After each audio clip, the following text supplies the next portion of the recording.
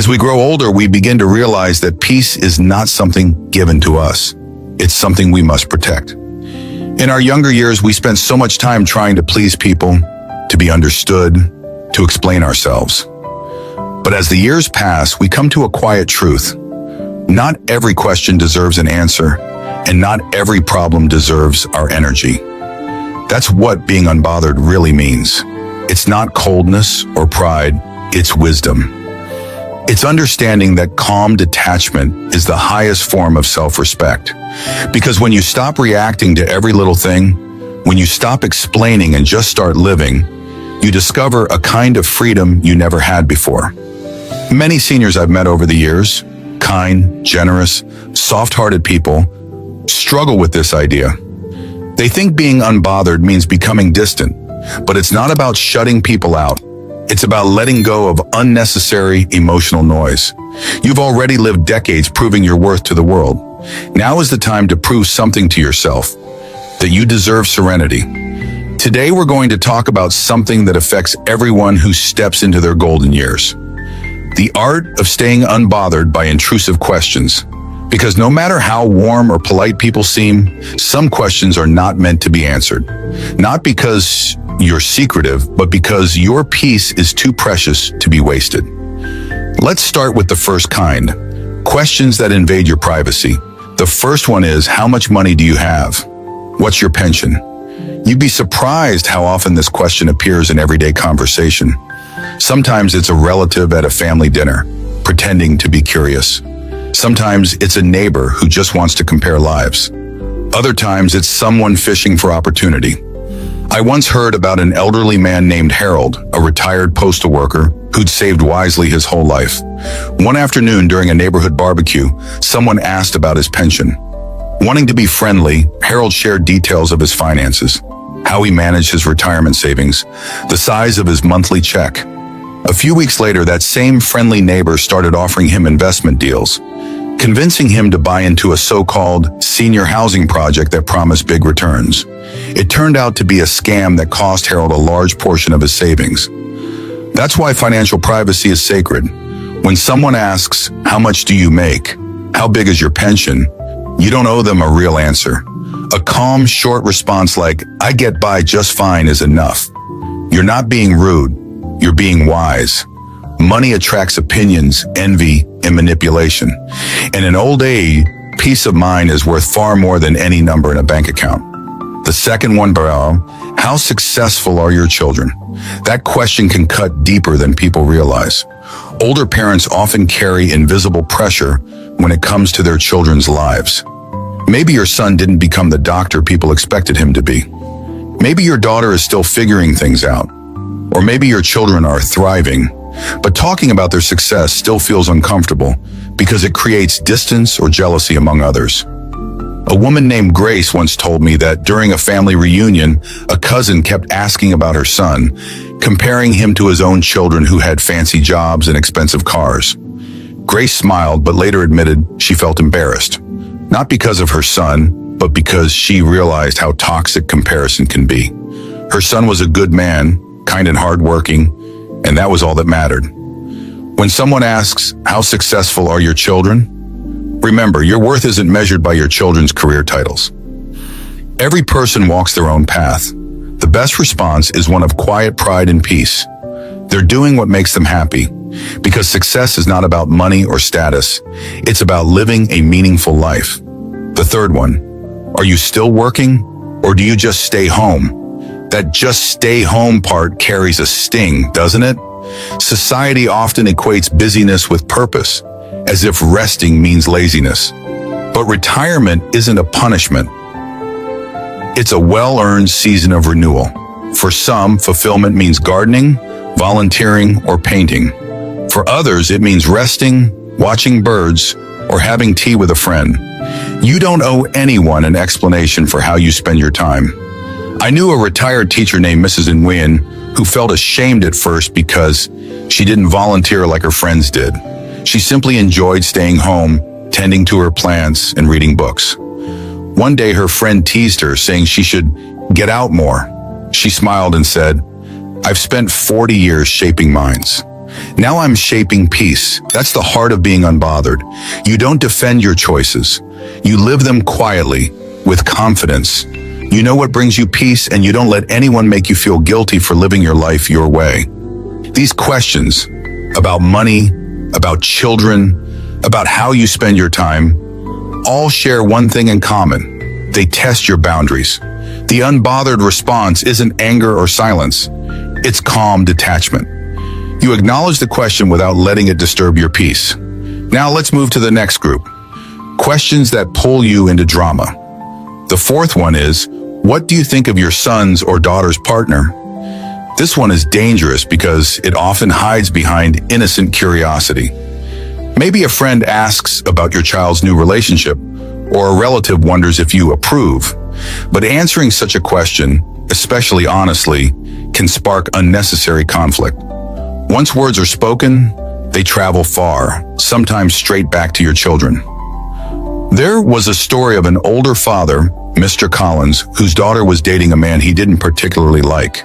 A neighbor once asked what he thought of the young man. He replied that he wasn't sure the guy was good enough for his daughter. A week later, that very comment reached his daughter's ears, and their relationship became strained for years.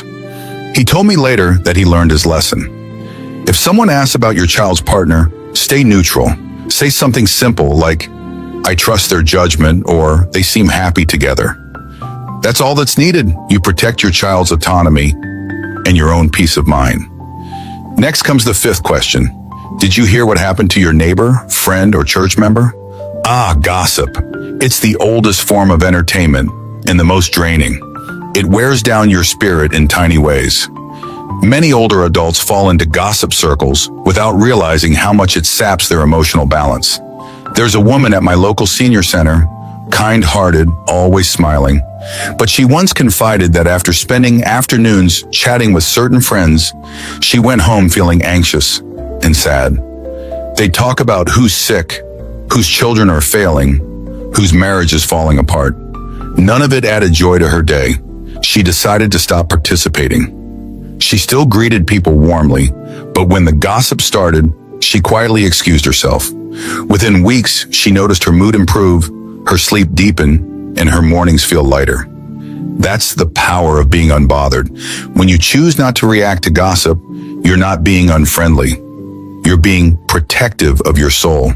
Remember this, peace grows where silence lives. Then there's the sixth question. Can you help me with, usually followed by something physically or emotionally demanding? For many seniors, this is the hardest to decline. You've spent a lifetime helping others, raising children, caring for parents, volunteering, lending a hand. Saying no can feel wrong, but it's not selfishness. It's wisdom born from experience. I remember an elderly neighbor, Tom, who tried to help his friend move a couch one afternoon. He didn't want to disappoint anyone, but in the process, he strained his back so badly that he couldn't walk properly for weeks. He told me afterward that he finally understood. Helping others doesn't mean sacrificing yourself. When your body whispers that something is too much, listen. It's better to say, I'm not sure I can manage that safely, and suggest an alternative. Maybe recommend a moving service or ask younger volunteers to assist. That's not coldness, it's self-preservation. Because one moment of overexertion can cost you months of pain. Learning to say no is one of the most powerful forms of being unbothered. It doesn't mean you stop caring. It means you start caring smartly. You choose where to give your time, energy, and strength, and that choice keeps you healthy and available for the moments that truly matter. These three, gossip, interference, and overhelping, are emotional traps disguised as kindness. They make you feel useful, but often leave you drained. The truly wise senior learns that you don't need to join every conversation, fix every issue, or lift every burden. Sometimes the kindest thing you can do for yourself and others is to step back with grace. So far, we've talked about questions that invade your privacy and questions that pull you into unnecessary drama. Now let's move into another category that can quietly wear you down. Questions that steal your energy. As we age, our emotional energy becomes precious. It's like a battery that no longer charges overnight the way it used to. Every unnecessary conversation, every forced explanation, every obligation we accept out of guilt drains that battery. So being unbothered means learning to say, my peace comes first. The seventh question that often drains older adults is, why don't you come out more, attend this event, or join that group? There's an invisible pressure on many retirees to stay active all the time, to go to every luncheon, reunion, or club meeting. And while staying social is healthy, it's not supposed to feel like a full-time job. Some seniors genuinely love large gatherings. Others prefer quiet evenings with a few dear friends or even peaceful solitude. Both are perfectly fine. Take Helen, for example, a retired nurse in her 70s. She used to join every neighborhood event because she didn't want to seem antisocial. But after a while, she realized she came home more tired than happy. The endless small talk and forced laughter began to feel like emotional labor. So she cut down her commitments, just attended 2 monthly meetings that truly interested her. One gardening club and one book group. Her energy came back. Her smile became genuine again. That's the beauty of maturity. You no longer need to prove that you belong everywhere. When someone asks, why don't you come out more? Just smile and say, I enjoy my peace at home. You don't owe anyone an explanation for how you choose to spend your time. True social health is not about quantity, it's about quality. Then comes the eighth question. Why don't you use social media more or reply faster? We live in a time where people think being constantly online equals being connected. But for older adults, that digital pressure can be exhausting. Messages, notifications, and endless group chats, they can easily rob your mental calm. I once met an older gentleman named Robert who joined Facebook to keep up with his children and grandkids. It started well until he was added to several online groups. Every morning, hundreds of messages flooded his phone. Jokes, rumors, debates, even arguments about politics. It got to the point where his mornings began with stress instead of peace. One day he decided to delete most of the apps and check messages just twice a week. He said it was the best decision he had made that year. He still talked to his family, but on his terms, not on the internet's schedule. Being unbothered in the digital age means choosing peace over constant interaction. Technology is a wonderful tool, but you should be the master, not the servant. You can enjoy its benefits without being consumed by it. It's perfectly fine to say, I'll check messages when I can. Those who truly care about you will understand. The ninth question that quietly steals your energy is, what do you think about that political or religious issue? This one may be the most draining of all, because such discussions rarely lead to understanding. They usually lead to arguments. Everyone wants to be right, and in today's world, opinions are loud while listening is rare. A retired pastor once told me that after years of community debates, he finally realized something profound. People don't actually want your opinion. They want confirmation of their own. So he stopped debating. Instead, when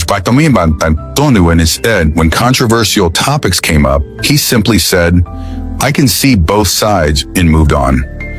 That's emotional intelligence in action. You don't have to prove your wisdom by joining every argument. Silence doesn't mean you're uninformed. It means you're mature enough to value peace over victory. Remember, you can't calm the world, but you can calm your mind. The less you explain, the more peace you preserve. That's the secret of emotional mastery. Now, let's move to the final section. Living unbothered, the wisdom of calm detachment. Being unbothered isn't about shutting people out or pretending you don't care. It's what I call emotional minimalism, keeping only what nourishes your soul. When your house is cluttered, you clean it. When your heart is cluttered, you simplify it. You let go of the noise and hold on to what matters. This calm detachment brings real health benefits. Studies show that chronic stress can weaken immunity, raise blood pressure, and disturb sleep. On the other hand, emotional calm, the ability to stay unbothered, reduces inflammation and stabilizes the heart. You literally live longer by caring less about the wrong things. Try asking yourself each morning, does this conversation bring peace or pressure? If it brings pressure, step back. If it brings peace, lean in. That simple question can change your entire day. Maturity is when you stop reacting and start protecting your peace. When you no longer feel the need to explain every decision, justify every feeling, or attend every event. When you quietly choose peace, even when others call it distance. And yes, people may misunderstand you. Some may say you have become quiet, detached, even cold. Don't let that bother you. Those who love you will see the truth, that you're simply choosing a calmer way to live. I once met a woman named Maria at a community center. She told me that her friends complained she didn't pick up every call anymore. She smiled and said, "I'm not ignoring anyone. I'm just listening to my own thoughts for a change." That's what peace looks like. Stillness that feels full, not empty. Being unbothered also means accepting that not every relationship needs to be repaired. Not every question needs an answer, and not every battle needs to be fought. Some things truly are better left in silence. As we enter our later years, we've already done the hard work, raising families, building careers, overcoming storms. Now it's time to tend the inner garden, to choose peace over performance, to say no without guilt, to protect your quiet mornings and your soft evenings. This doesn't mean becoming indifferent. It means caring deeply, but selectively.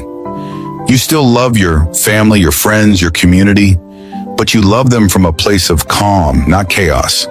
Every time you bite your tongue instead of reacting, every time you pause before answering a question that feels intrusive, you're not being passive, you're being powerful. You're choosing inner balance over temporary satisfaction. You see, in old age, peace is not about having no problems. It's about not letting every problem touch your heart. It's the quiet strength to say, I don't need to answer that. I don't need to prove anything. I just need to live well. Let's face it, we spent most of our lives trying to please others. Bosses, children, neighbors, even strangers. But at this stage, you have earned the right to please yourself, to spend time the way you want, to say less and live more. So as you move forward, remember, being unbothered is not an act of withdrawal.